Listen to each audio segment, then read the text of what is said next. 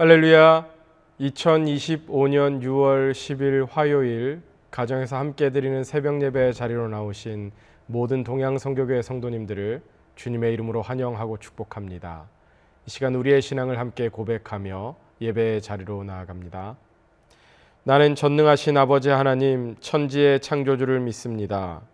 나는 그의 유일하신 아들 우리 주 예수 그리스도를 믿습니다. 그는 성령으로 잉태되어 동정녀 마리아에게서 나시고 본디오 빌라도에게 고난을 받아 십자가에 못 박혀 죽으시고 장사된 지 사흘 만에 죽은 자 가운데서 다시 살아나셨으며 하늘에 오르시어 전능하신 아버지 하나님 우편에 앉아 계시다가 거기로부터 살아있는 자와 죽은 자를 심판하러 오십니다. 나는 성령을 믿으며 거룩한 공교회와 성도의 교제와 죄를 용서받는 것과 몸의 부활과 영생을 믿습니다. 아멘. 참 좋으신 하나님 아버지 감사합니다. 오늘도 저희들에게 호흡과 생명 주시고 이 하루의 첫 시간을 주님 앞에 올려드리며 주님 앞에 나아갈 수 있도록 인도하여 주시니 감사합니다. 오늘도 주님의 은혜 아래 거하는 시간 될 수 있도록 인도하여 주시옵소서. 오늘도 우리 삶의 주인이 오직 주님 되심을 고백하며 우리 삶 가운데 펼치시는 하나님의 뜻을 온전히 헤아리며 주님의 말씀 앞에 순종하고 또 그 말씀 속에 담긴 주님의 음성을 깨닫고 그 음성대로 살아가는 귀하고 복된 하루의 삶 되게 하여 주옵소서. 감사드리며 존귀하신 예수 그리스도의 이름으로 기도하옵나이다. 아멘. 오늘 우리에게 주시는 하나님의 말씀 구약 성경 민수기 35장 22절에서 34절까지의 말씀입니다. 하나님의 말씀을 제가 봉독합니다. 하나님의 말씀을 경청하십시오. 악의가 없이 우연히 사람을 밀치거나 기회를 엿봄이 없이 무엇을 던지거나 보지 못하고 사람을 죽일 만한 돌을 던져서 죽였을 때에 이는 악의도 없고 헤아려 한 것도 아닌즉 회중이 친자와 피를 보복하는 자 간에 이 규례대로 판결하여 피를 보복하는 자의 손에서 살인자를 건져내어 그가 피하였던 도피성으로 돌려보낼 것이요 그는 거룩한 기름 부음을 받은 대제사장이 죽기까지 거기 거주할 것이니라.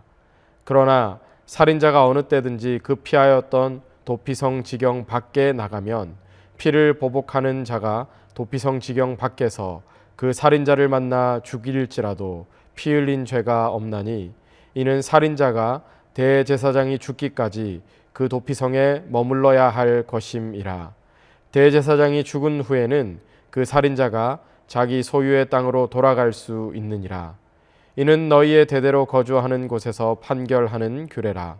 사람을 죽인 모든 자 곧 살인한 자는 증인들의 말을 따라서 죽일 것이나 한 증인의 증거만 따라서 죽이지 말 것이요 고의로 살인죄를 범한 살인자는 생명의 속전을 받지 말고 반드시 죽일 것이며 또 도피성에 피한 자는 대제사장이 죽기 전에는 속전을 받고 그의 땅으로 돌아가 거주하게 하지 말 것이니라.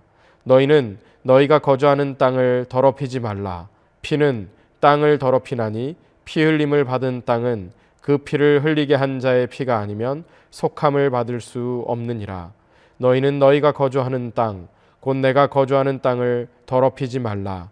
나 여호와는 이스라엘 자손 중에 있음이니라. 아멘. 이것은 하나님의 말씀입니다. 할렐루야. 오늘도 하루의 첫 시간을 올려드리는 저와 여러분들에게 하나님의 놀라운 은혜와 사랑이 함께 하시기를 예수님의 이름으로 축복합니다. 어릴 적에 숨바꼭질 놀이를 해보신 기억이 있으신가요? 저도 어릴 적에 숨바꼭질 놀이를 하면 장롱 안이나 침대 밑에 이렇게 꼭꼭 숨었었던 그런 기억이 납니다. 그렇게 어릴 적에 장롱 안이나 침대 밑에 조심스럽게 숨으면서 친구들의 발소리를 가만히 듣던 그런 기억이 납니다. 혹시라도 들킬까봐 숨도 크게 쉬지 못하고 조용히 기다렸던 그 시간들이 떠오릅니다. 숨는다라는 건 결코 쉬운 일이 아니죠. 누군가에게 쫓기거나 또 위협을 받을 때 안전하게 숨을 수 있는 공간이 있다라는 것은 생각보다 큰 위로와 안정을 주는 것입니다. 오늘 우리가 함께 나눌 말씀은 바로 그러한 숨을 수 있는 곳, 하나님께서 우리를 위해 친히 마련해 주신 그 도피성에 대한 말씀입니다. 민수기 35장 22절부터 34절까지의 본문은 고대 이스라엘 백성 가운데 일어날 수 있었던 그런 살인 사건, 그 중에서도 고의가 아닌 우발적인 살인을 다루면서 그런 자를 위한 하나님의 보호 장치를 설명해 주는 내용입니다. 이 도피성 제도는 단순히 살인자의 도피를 허용한 제도가 아니라 하나님의 공의와 자비가 조화를 이루는 은혜의 제도였습니다. 하나님께서 주신 율법에 따르면 고의적으로 살인을 저지른 사람은 반드시 사형에 처해졌습니다. 당시 이스라엘 사회에서는 이 피해 복수라는 관념이 강하게 자리 잡고 있었습니다. 그래서 피해자의 가족은 살인자를 찾아서 그 피를 갚는 것이 명예와 의무였습니다. 가족 중에 누군가가 억울하게 죽임을 당했을 때 남은 가족이 살인자를 찾아서 복수하지 않으면 이 가문의 명예는 회복되지 않는 것으로 여겼기 때문입니다. 하지만 문제는 모든 죽음이 고의로 이루어진 것은 아니라는 점이지요. 때로는 전혀 의도하지 않았던 순전히 사고로 인해 사람이 죽게 되는 경우도 있지 않습니까? 예를 들어서 나무를 베다가 도끼자루가 빠져나가서 누군가를 치게 되었을 때처럼 말이죠. 이처럼 우발적인 살인에 대해서도 피해자의 가족은 감정적으로 얽혀 복수를 하려 들었고 그 결과 또 다른 억울한 죽음이 이어지곤 했습니다. 그래서 하나님께서는 이 이스라엘 백성들을 위해서 도피성이라는 특별한 제도를 마련하셨던 것입니다. 이것은 단순한 처벌이나 방임이 아니라 정의와 자비가 조화를 이루는 하나님의 지혜였습니다. 살해의 의도가 전혀 없었던, 즉 우발적인 사고로 인해서 사람을 죽이게 된 경우 그 사람은 자신의 생명을 지키기 위해서 도피성이라는 곳으로 피신할 수 있었던 것입니다. 이것은 이 복수의 피 때문에 또 다른 피를 낳는 이 사람을 죽이는 살인의 악순환을 끊기 위한 하나님의 자비로운 조치였던 것이죠. 이렇게 도피성에 도착한 사람은 성 안에 머물면서 레위인의 보호를 받게 되었고 성문 밖에서 기다리는 피해 복수자에게 생명을 빼앗기지 않도록 그 안전이 보장되었던 것입니다. 하지만 이것이 그냥 단순히 보호만으로 끝나는 것이 아니라 이렇게 가기 위해서는 반드시 공정한 재판을 거쳐야 했습니다. 만일 재판을 통해서 정말 그 사람이 의도적인 살인이 아니라는 판결을 받으면 그는 이제 도피성 안에서 생명을 보장받은 채 살아갈 수 있었던 것이죠. 그래서 하나님께서는 이 이스라엘 백성들을 위해서 도피성 제도를 마련하셨던 것입니다. 하지만 이 도피성이란 건 단순한 은신처가 아니었습니다.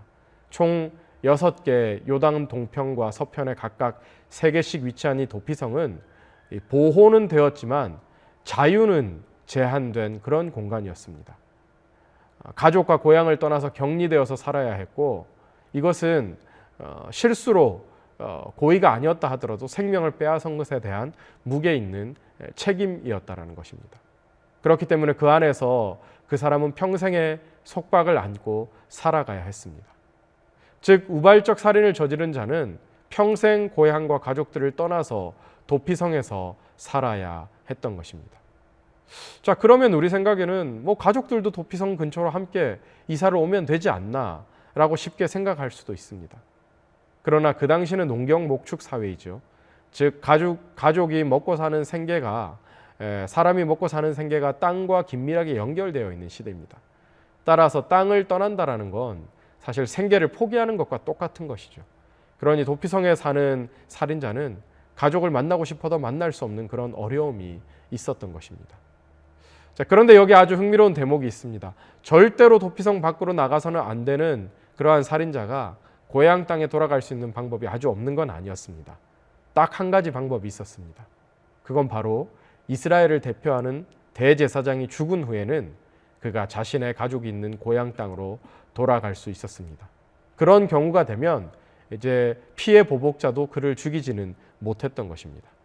그렇다면 왜 대제사장이 죽으면 그 사람은 자유를 얻을 수 있었을까요? 이것은 대제사장의 죽음이 이스라엘 백성 전체를 위한 대표적인 속죄의 상징이었기 때문입니다. 이 대제사장의 죽음을 통해 그는 죄사함을 얻고 가족과 고향으로 돌아갈 수 있는 자유를 회복할 수 있었던 겁니다. 이 장면은 신약에서 예수 그리스도의 십자가 죽음과 깊이 연결이 되는 것이죠. 예수님께서 우리의 죄를 대신해서 죽으심으로 우리가 죄에서 자유함을 얻게 된 것. 이 예수님이 우리를 위한 참된 도피성이자 참 대제사장이시라는 겁니다. 도피성이라는 것은 일시적인 피난처였지만 예수님은 영원한 우리의 피난처이시지요. 그래서 이스라엘 사람들은 이 도피성 제도를 얼마나 중요하게 생각했냐면 이 유대법에는 1년에 한 번씩 이 도피성으로 가는 길을 잘 닦아두도록 했습니다. 그리고 도피성으로 가는 길도 폭이 14m 정도가 넘는 큰 길이었습니다. 만일 도피성으로 가는 길이 두 갈래로 나눠져 있다면 이정표를 두어서 큰 글자로 도피성이라고 그렇게 써놓아야 했습니다. 그러니까 도피성이라는 것은 언제 어디서나 찾아가기 쉽도록 열려 있었습니다. 이와 같이 우리가 예수님께로 나아가는 길은 언제나 어디서나 열려 있습니다. 성령님께서 우리 영혼의 이정표가 되어 주셔서 예수님께로 인도해 주시는 것이죠. 어느 죄인이라도 예수님께 나오면 그분의 십자가 죽으심을 통해서 죄사함을 받게 되는 것이죠. 그래서 우리는 예수님을 우리의 참 안식처, 도피성으로 삼고 우리 주님 그분 앞에 나아가야 하는 것입니다. 이처럼 우리의 억만가지 모든 죄도 하나님 앞에 용서받을 수 있는 죄임을 기억하시고 그 십자가의 보혈 앞에 용서받지 못할 죄는 하나도 없다라는 것을 기억하시기 바랍니다. 그러나 중요한 건 오늘 본문의 31절에서 34절 마지막 부분을 보면 고의적으로 살인을 저지른 자에게는 속전을 받고 죄를 없앨 수는 없다라고 분명하게 말씀하고 있습니다. 이건 바로 하나님께서 이 도피성 제도를 오용하지 못하도록 단서를 달아놓으신 것이지요.